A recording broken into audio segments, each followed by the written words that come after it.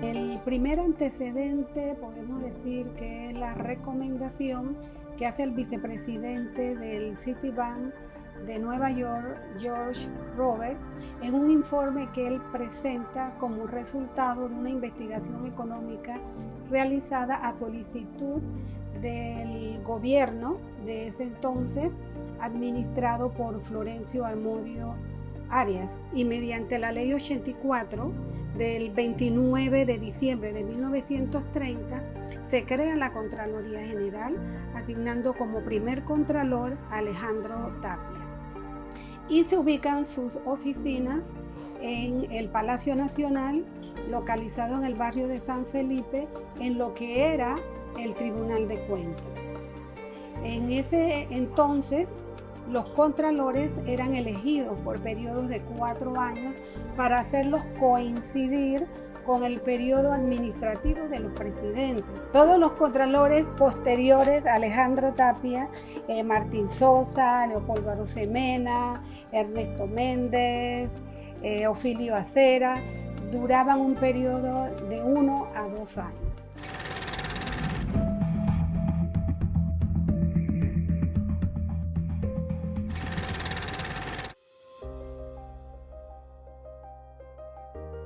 La Contraloría ya se había creado por ley mediante la Ley 84 de 1930, pero se eleva a rango constitucional con la Constitución de 1941. A partir de entonces, la Contraloría siempre ha tenido rango constitucional, incluso con la Constitución de 1946 y la Constitución de 1972 y sus modificaciones. La Contraloría, hay que destacar que incluso desde que nace como ley, la Contraloría siempre ha tenido como característica primordial la independencia.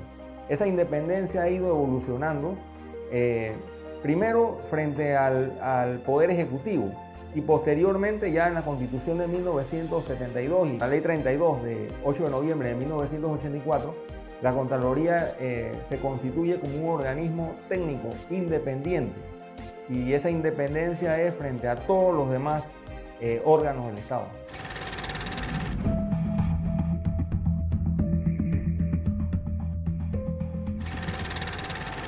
El primer censo que se hace con la Contraloría es el censo de 1950, un censo de un solo día, que ya se venía practicando por parte de la Dirección de Estadística desde 1940. Se desarrolla en un solo día y se hace en el lugar donde se te encuentra. Es el famoso censo de facto. Anterior a eso, desde los inicios de la estadística, tenemos 3 censos de jure, 3 censos de derecho, que tomaban varios meses en poder realizarse.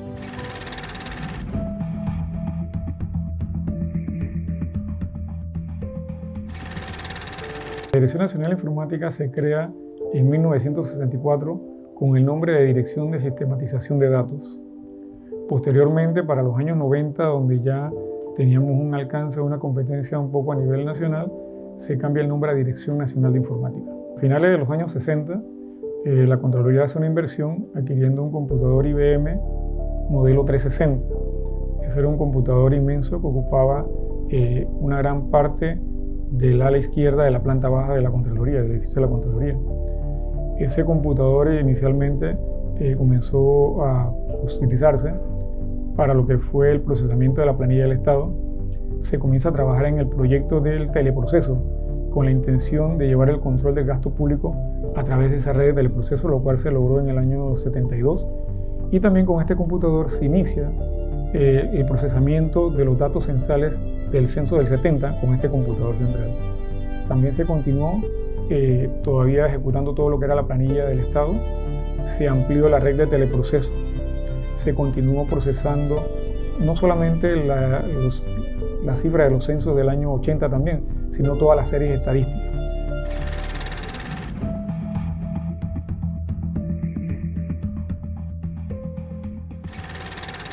Quizás algunos no saben que el edificio de la Contraloría iba a ser para la Caja del Seguro Social, pero luego el gobierno lo compró para la Contraloría.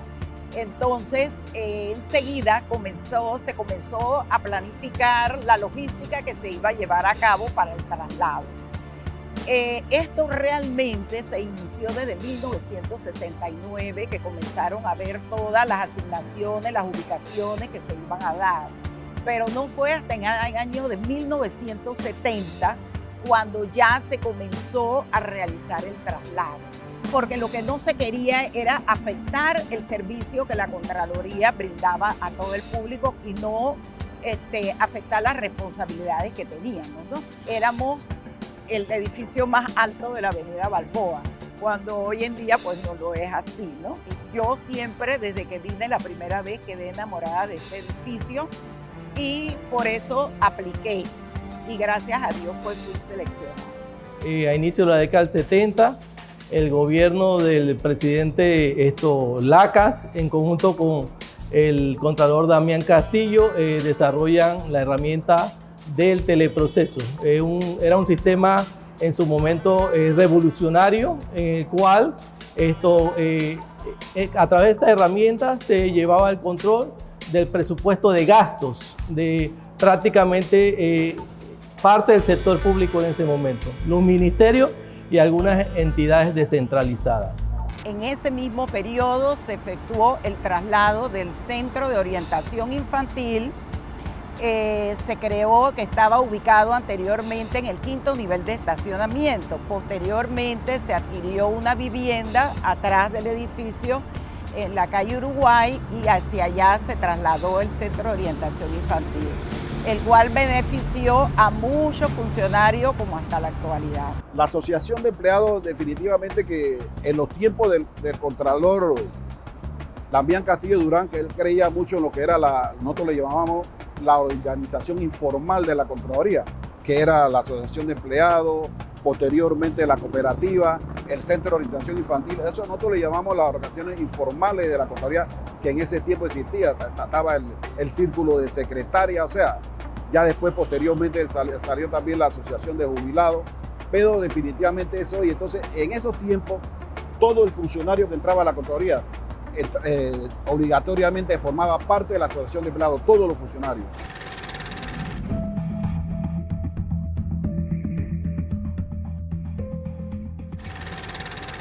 Vino el periodo del licenciado Rodríguez, como todo el mundo le dice, el señor Pancho. Fue un periodo muy interesante porque se creó la Ley 32 de 1984 para la clasificación de cargos. Se basaba también en la productividad y el perfeccionamiento educativo de cada funcionario.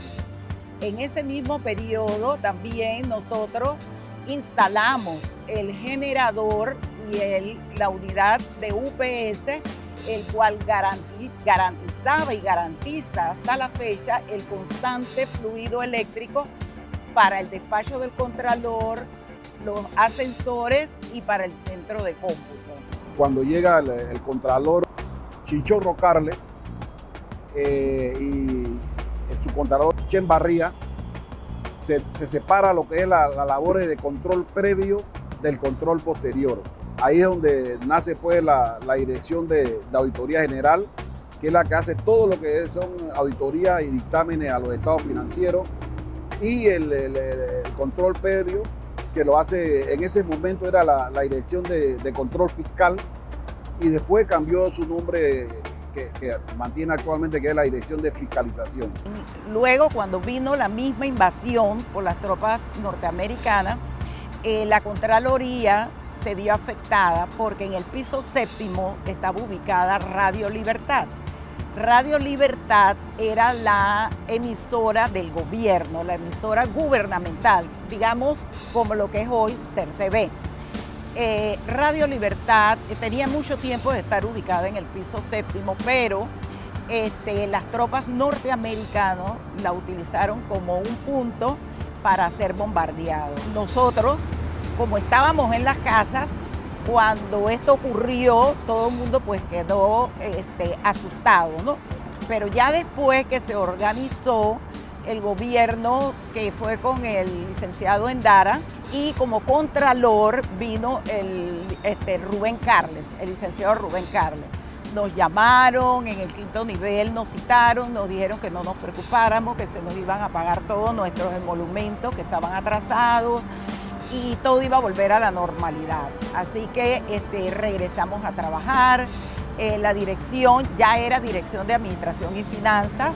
Entonces, ¿por qué éramos Dirección de Administración y Finanzas? Porque ya en ese momento nosotros existía el Departamento de Transporte, el Departamento de Mantenimiento, el Departamento de Compras y el Departamento de Archivos. Entonces ya cada departamento se tuvo que ocupar de lo que le correspondía para volver a la normalidad. Tuvimos que también hacer uso de los conocimientos de la Universidad Tecnológica para que vinieran a hacer las evaluaciones, las pruebas de esfuerzo para medir la calidad del piso, cómo debíamos arreglarlo para la seguridad de los funcionarios que iban a estar ubicados ahí.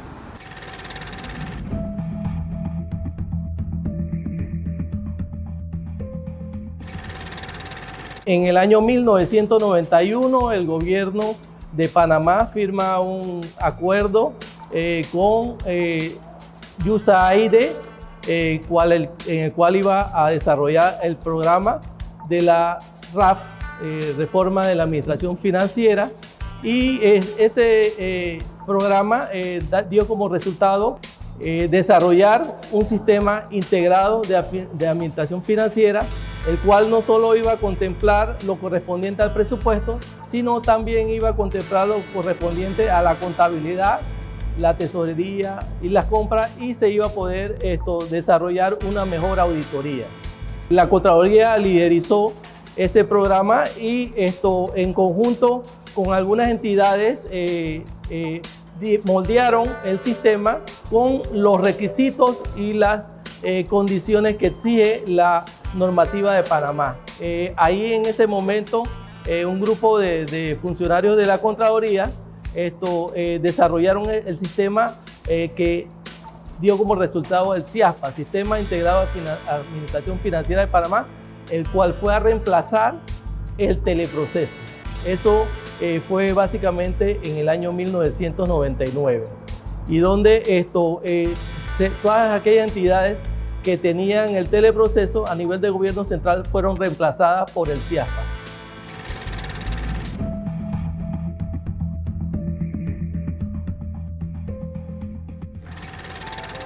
En el año 2000 iniciamos con el Contralor Alvin Widen. El Contralor Alvin Widen desarrolla algunos proyectos en la Contraloría en el aspecto de la capacitación. Creamos el instituto. Entendíamos las razones de ser por las cuales había que capacitarlo, porque el control permitía, con los resultados del sistema, permitía conocer esas debilidades. Dani Kuzniecky entra a la Contraloría, y cuando entra a la Contraloría iniciamos un proceso de cambios y de transformaciones para mejorar la fiscalización y proyectar esa fiscalización sin papel. Entonces ahí creamos el Sígueme para que la gente pudiera ver lo que estaba pasando. Creamos la oficina o la dirección de denuncia ciudadana para que la gente pudiera tener participación. Se crea esa dirección para compilar toda la denuncia, hacer las investigaciones de los ciudadanos y dar respuesta al ciudadano.